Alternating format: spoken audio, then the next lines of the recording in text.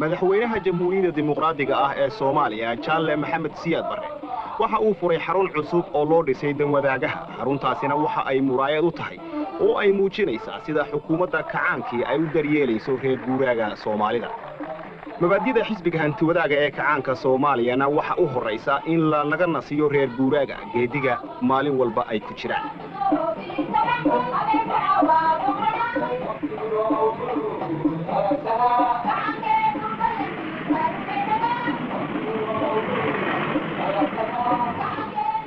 ciidamada asluubtu qayb libaax ayay ka qaataan dhismaha dalka madaxweynaha jamhuuriyadda dimuqraadiga ee Soomaaliya Jaalle Jenaraal Maxamed Siyaad Barre waxa uu furay xarun cusub oo loo sameeyay ciidamada asluubta halkaasina waxa ku soo dhaweeyay habla ka tirsan ubaxa kacaanka oo madaxweynaha halkaasi ku soo dhaweeyay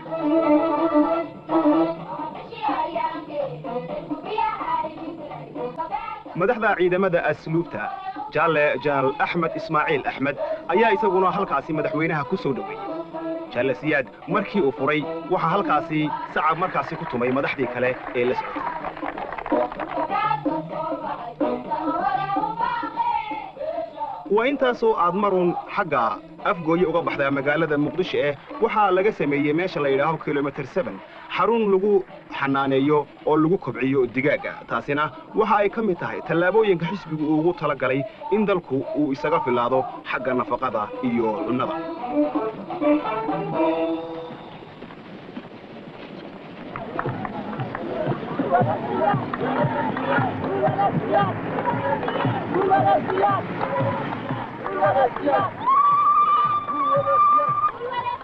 xogayaha guud ee xisbiga hanti wadaaga kacaanka Soomaalidu Jaalle Siyaad waxa uu furay dhismo cusub oo lagu daray kilaabka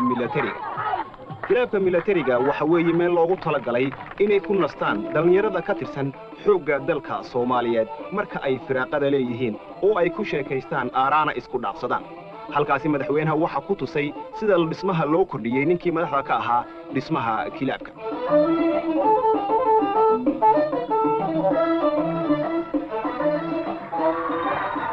madaxweynaha jamhuuriyadda dimuqraadiga ee Soomaalidu Jaalle Maxamed Siyaad Barre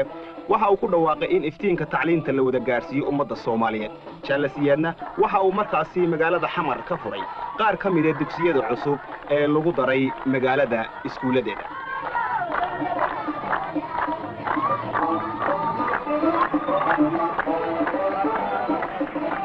dawladda hoose ee magaalada Muqdisho waxa ay ku dadaashaa sidii loo kordhin lahaa dhismaha magaalada ee looga dhigi lahaa meel caafimaadka dadka u wanaagsan Jaalle Siyaadna waxa uu furay xaafadda Kaaraan kawaan cusub oo laga dhisay halkaasi oo loogu talagalay haweenka Soomaalidu marka ay wax gadanayaan ama hilibka doonayaan inay si fudud oo wanaagsan wax uga iibsadaan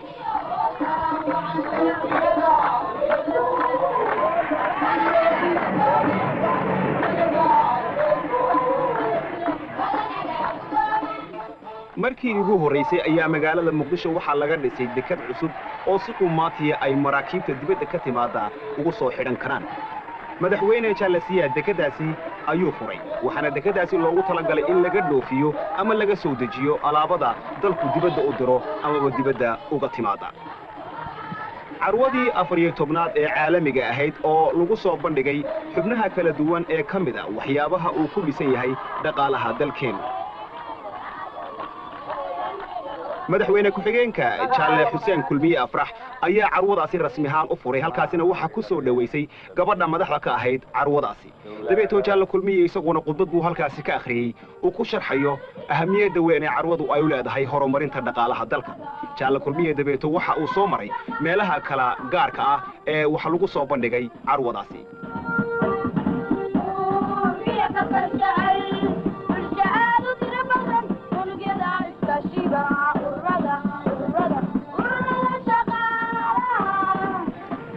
subaxdii Oktoobar ay ahayd 1977 waxaa lagu waabariistay farax iyo ididiila cusub sanad guuradii 8aad ee ka soo wareegtay kacaankii Oktoobar 22 Oktoobar 1969 xogayaha guud ee xisbiga hantiwadaaga kacaanka Soomaalidu Jaalle Maxamed Siyaad Barre wuxuu kala qayb galay dadweynihii Soomaaliyeed fantasiyaha maalintaasi u dhacayay waxa halkaasi madaxweynaha ku yaacay oo ku soo dhaweeyay habla kamida ubaxa kacaanka Soomaalida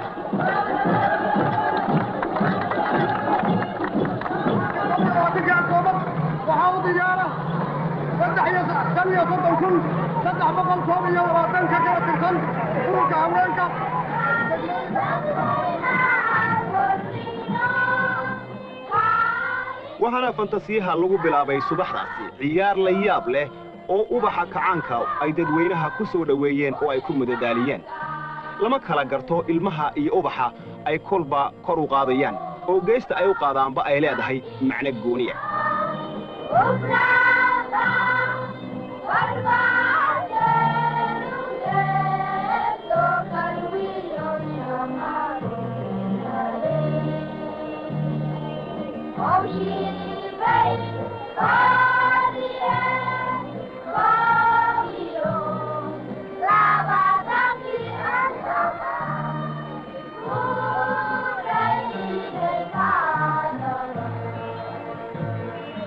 qayb kale oo ka tirsan ubaxa ayaa iyaguna fagaarahaasi subaxda wacdara ka dhigay waxaana ay masilayeen geesiyada ka tirsan jabhadda xoreynta galbeedka Soomaalida ee gumaysiga amxaaradu uu cagta hoos galiyay siniin iyo siniin iyaga oo muujinaya dhirbaaxooyinka geesiyada jabhaddu ay u geysteen ciidamo ku sheega xukuumadda dadqalka Mingistu ayaa halkaasi waxa ay kor u qaadeen calanka jabhadda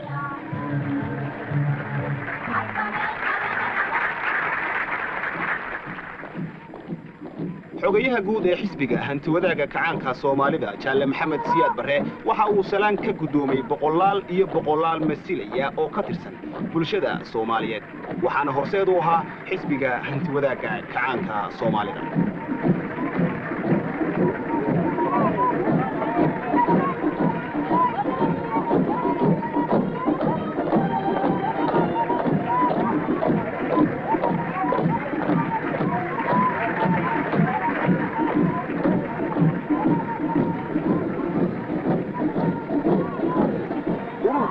haweenka Soomaaliyeed qayb libaax ayay ka qaateen dhismaha iyo daryeelka midnimada kacaanka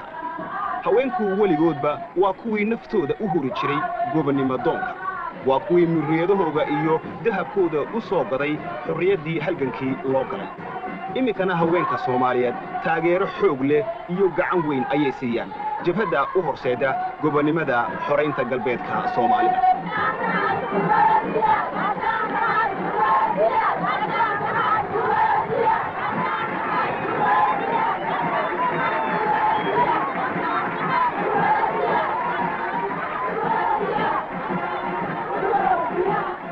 afar iyo tobanka degmo ee ka tirsan magaalada Muqdisho xaafadahooga ayaa iyaguna subaxdaasi ka soo qayb galay bandhigaasi la yaab kale ee lagu xusayay sanad guuradii 8aad ee ka soo wareegtay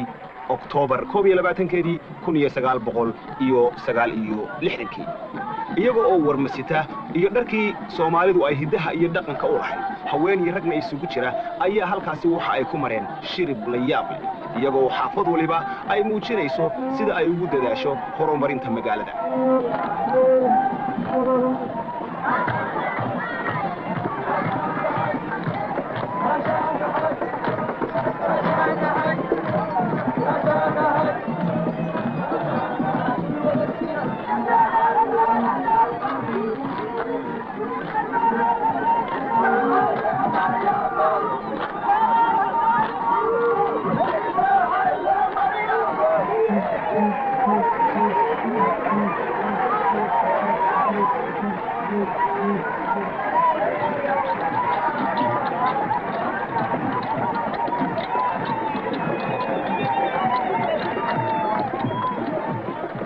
damaashaadkaasi weyn ee lagu xusayey sanad guurada 8aad ee kacaanka Oktoobar waxa iyaguna qaybtooda ka qaatay heer guuraaga Soomaaliyeed iyagoo sita dharkii hidaha iyo dhaqanka Soomaalidu u lahayd warmahoodii gaashaamadoodii ileen ciyaar lagu ma haystee ayay halkaas iyaguna shirib ku soo mareen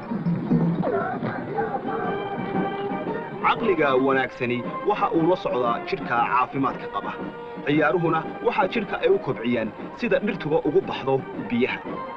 dhalinyarada Soomaalidu waxay aad ugu wanaagsan yihiin ciyaaraha jaad kasta ha noqdo haween gabdho iyo wiilalba looma kala haro ciyaarahaasi maantana dhalinyarada Soomaalidu waxa ay ka qayb galaan tartanada caalamiga ha noqoto kubadda cagta ta kolayga ama kuwa kale ee orodka iyo boodadaba halkaasi waxa socod ku soo maray tiimamka kala jaadka ah ee magaalada Muqdisho iyagoo oo muujinaya sida ay diyaar ugu yihiin xagga ciyaaraha ee mar walba ay lugta ugu taagan yihiin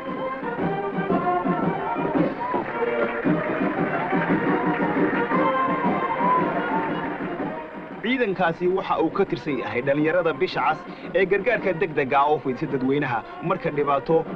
ay soo fool yeelato degdeg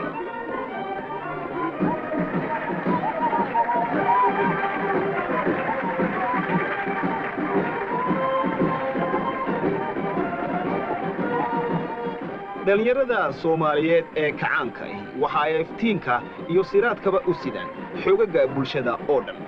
abaabulka dadweynahana qayb weyn oo la yaab leh ayaa ay dhalinyaradu ka qaataan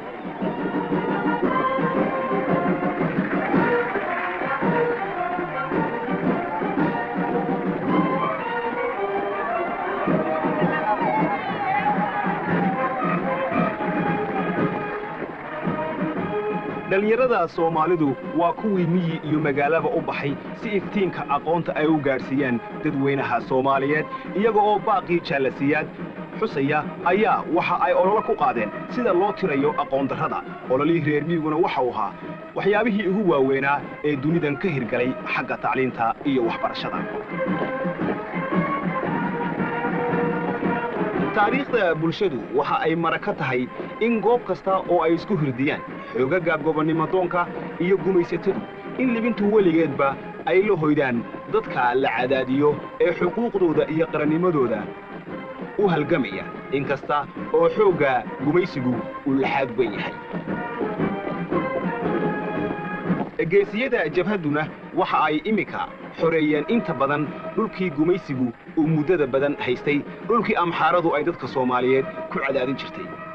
waxa ay dhabarka ka jabiyeen ciidamada huwanta ah ee calanka ay u sidaan ciidamada Ruushka Kuubaanka iyo kuwa kale ee ay cagaha ku xaadaan waxa hubaala guushu mar walba inay raacayso geesiyadaas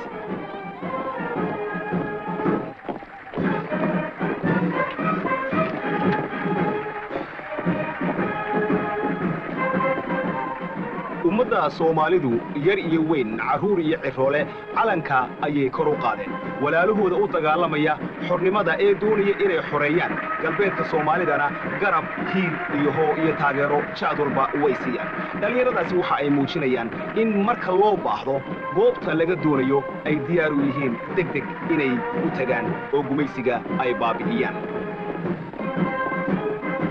shaqaalaha Soomaaliyeed waa lafdhabarta dalku ku dhisan yahay waa muruqa soo saara waxa bulshada Soomaalidu ay munaafacaadsato ee ay ku nooshahay waa daljirka feejigan ee sutida u haya cadowga doonaya inuu mashxaabiyo dadaalka iyo midhaha kacaanka Soomaaliyeed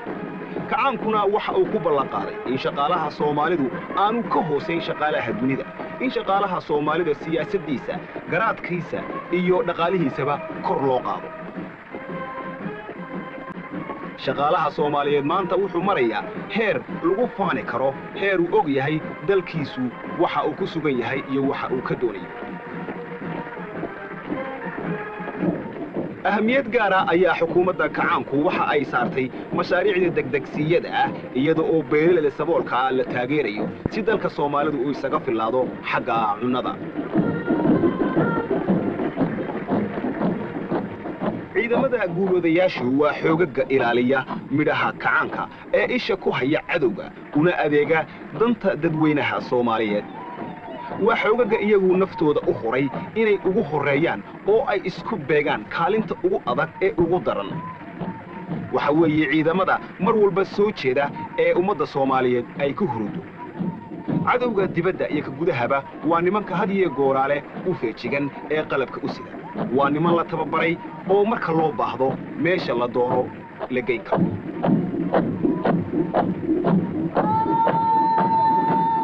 ciidamada bileysku waxa ay ka mid yihiin waxyaabaha xasiloonaanta dalku ay ku dhisan tahay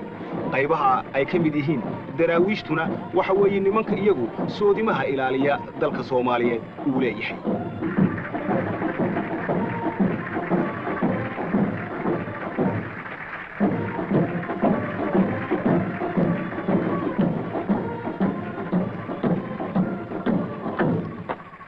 ciidamada birmadka bileyska oo sitaa direyskii iyaguna ay lagu garan jiray ee ay diyaarka ugu ahaayeen mar walba hawsha iyo xilka soo food saaran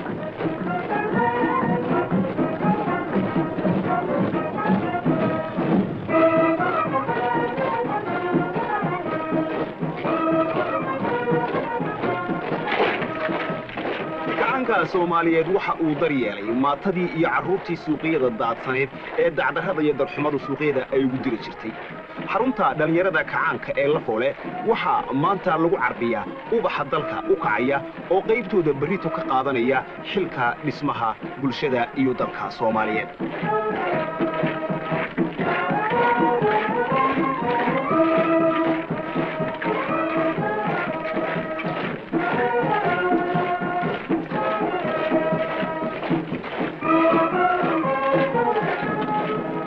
dhalinyarada macadka tababarka ee xalane ee iyagu u darban difaaca dalka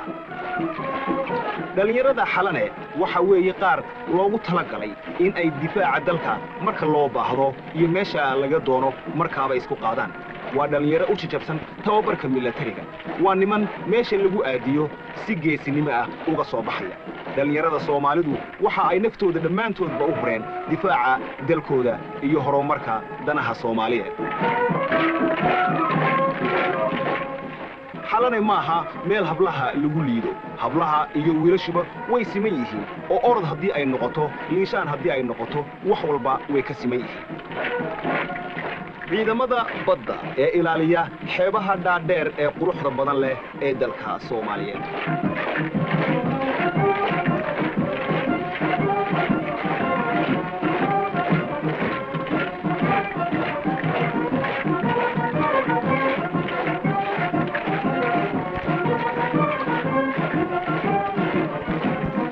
ciidamada qalabka sida ee Soomaaliyeed waxa weeye xoogga ilaaliya qarannimada dalka waa rag la miiray oo habeen iyo dharaar u heegana difaaca dalka Soomaalida waa birfinin ka hadhay oo aanay waxba mari karin haraad iyo gaajo ma yaqaanaan daal iyo jiljileecna ka fogeen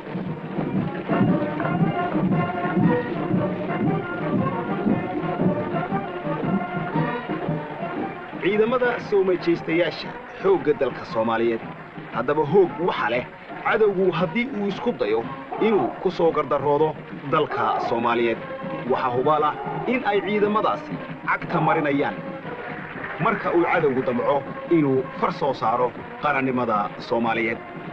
ciidamadaasi waxa weeye niman iyagu loogu tababaray inay cadowga dhirbaaxa ku dhiftaan oo dhabarka ay ka jabiyaan marka cadowgu caqli xumadiisu ay siiso inuu ka soo daafureego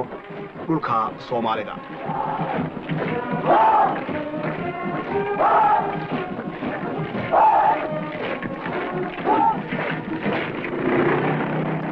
ayaantaasi Oktoobar ay ahayd 22 sanadkuna uu ahaa 1977 looma kala hadhin dabaaldegga weyn ee lagu xusayay sanad guuradii 8 ee ka soo wareegtay kacaankii Oktoobar ciidamada qalabka sidaana waxa halkaasi ay ku soo bandhigeen hubka casriga ah ee la yaab kale hubkaasi casriga ah ee subaxdaasi la soo bandhigay waa mid cabsi gelinaya cadowga ididiilo iyo geesinimona gelinaya dadweynaha Soomaaliyeed oo ku seexanaya niyadda u fadhida libaaxyada xoogga dalkuna waxa ay goortaasi iyagu u jajabsan yihiin sida ay u isticmaalayaan hubkaasi oo uu ka mid yahay madaafiicda culculus ee meesha fog wax ka toogata oo meesha ay ku dhacaan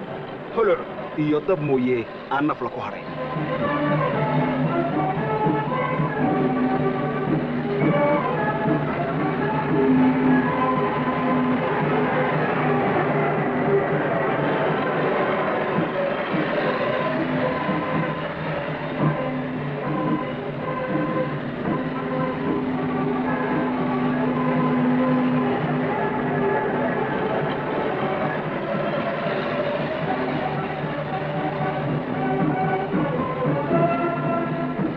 baabuur caadi ah oo meesha maraysa hamoodine waxa ay sidaan sawaariikh la yaab leh oo boqol u dhaca oo barta roobka kaga dhigaya cadowga meesha uu ku dhuumanayo marka lagu rido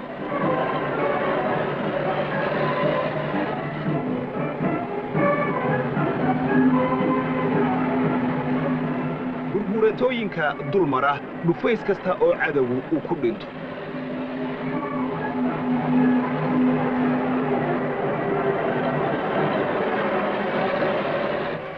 fagaarahaasi hubka lagu soo bandhigay waxa iyaguna dul marayay oo dabaaldegga dhinacooda ka qaadanayay ciidamada dayuuradaha ee dalka Soomaalida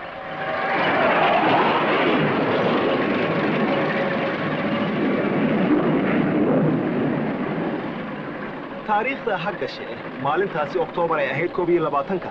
ee loo dabaaldegayay sanad guuraadii 8aad ee ka soo wareegtay maalintii kacaanku u dhashay ummadda Soomaaliyeed meel kasta ay joogtay waxay ku waabariisatay oo ay ku farxaysay hiryaaq iyo rayn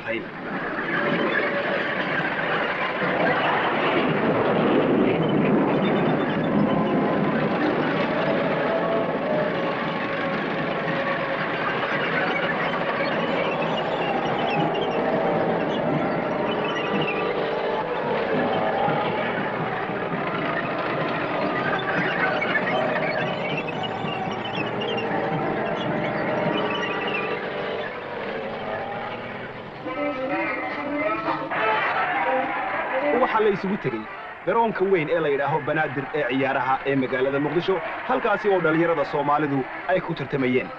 nacas baa ka haray maalinta ninkii orod yaqaanay ninkii booti yaqaanay looma kala harin bootinta dheer oo dhalinyaradu ay ku tartamayeen habluhu waxa ay ka qayb galeen tartanka orodka xawda Jaalle Xuseen Kulmiye ayaa ka mid ahaa madaxdii sharafta lahayd ee halkaasi daawanaysay dhalinyaradu ciyaaraha ay soo bandhigeen dabeeto waxa lagu nastay oo halkaasi lagu daawaday ciyaar kubadeed oo dhex martay laba kooxood oo ka tirsan kooxaha kala jaadka ah ee magaalada Muqdisho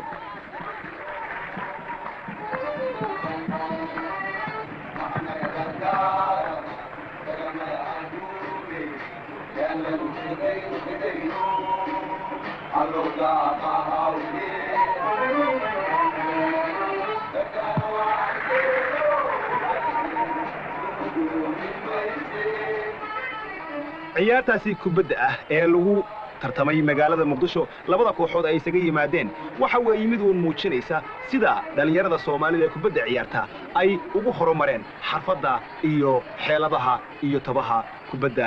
lugta taasi oo ay ku muujiyeen meelo fara badan oo dibadda ah oo ay isaga hor yimaadeen kooxo shisheeye ah oo ciyaarta kubadda ay isku hurdiyeen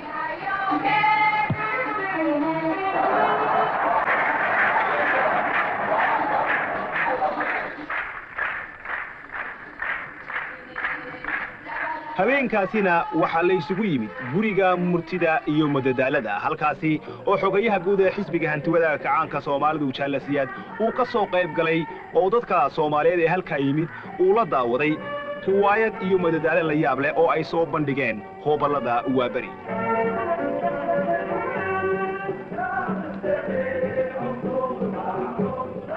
kacaanka Soomaaliyeed wuxuu daryeelaa sidii hoobaladu ay ugu madax banaanaan lahaayeen dhaqanka iyo hidaha Soomaalida mar walba in la daryeelo kacaanka ummadda Soomaaliduna waxa weeye ka gacanta ugu horeysa siiya in ummadda Soomaalidu ay noqoto mid dhaqankeeda had iyo jeer ku faanta oo dhaqan shisheeye aan sidaasi u sii tiigaalin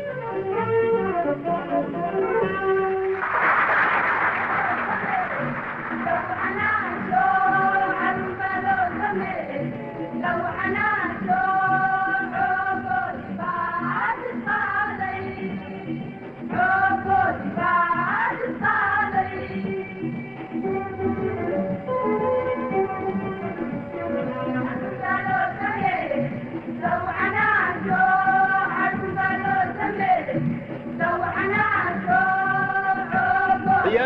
iyo riwaayadii iyo madadaaladii halkaasi lagu soo bandhigay markii la soo gabagabeeyey ee ay dhammaatay ayaa waxaa halkaasi sacab iyo farxad ku bogaadiyey Charles Siyaad iyo martidii sharafta lahayd ee halkaasi ku daawatay hoobalada riwaayadda ay soo bandhigeen. Charles Siyaad dabeeto wuxuu u jeediyey hoobaladii khudbad gaaban oo mahadnaqa isaga oo ku dhiiri gelinaya oo ku tirtirsiinaya dhalinyarada hoobalada Soomaalidu inay tallaabada halkaasi ka sii wadaan inay kor sii qaadaan hidaha iyo dhaqanka Soomaalida ha noolaato wiilii Soomaalidu ha noolaato midnimada Soomaalidu hadda ugu yiri gumaysiga iyo kuwa iyaga daba dhilifka